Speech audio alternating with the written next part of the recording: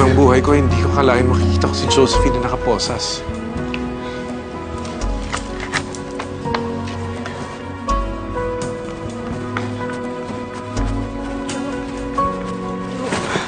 Sorry, ha. Sorry talaga.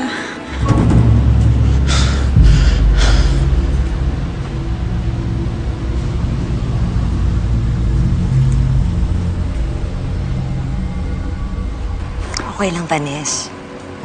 Alam mo, gusto ko talagang sumuko. Desisyon ko to. Matagal ko na dapat itong ginawa.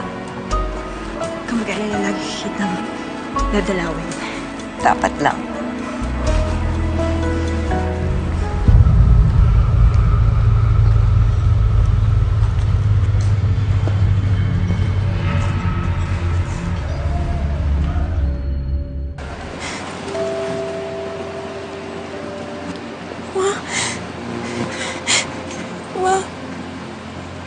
Sorry.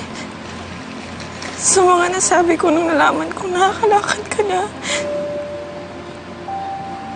Gusto ko rin pong malaman yun na napapatawad ko na pa kayo.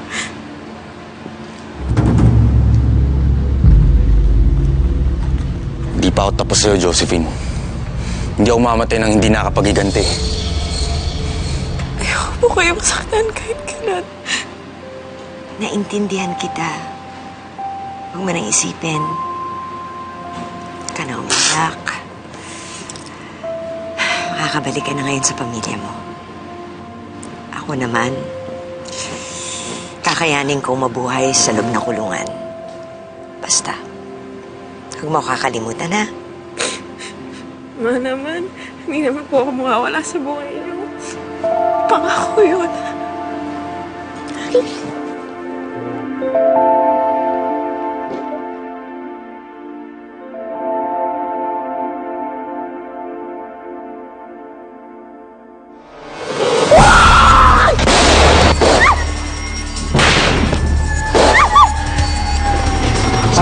Parang kung galing.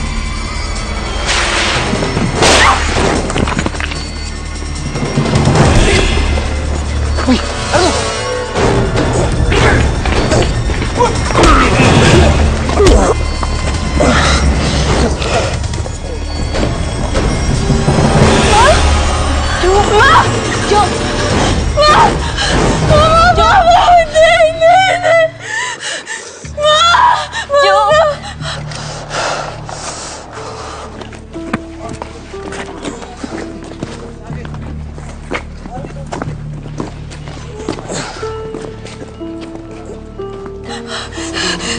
Hindi na magtatagal.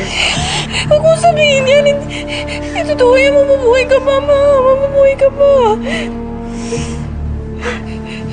Gusto ko lang nandito ka.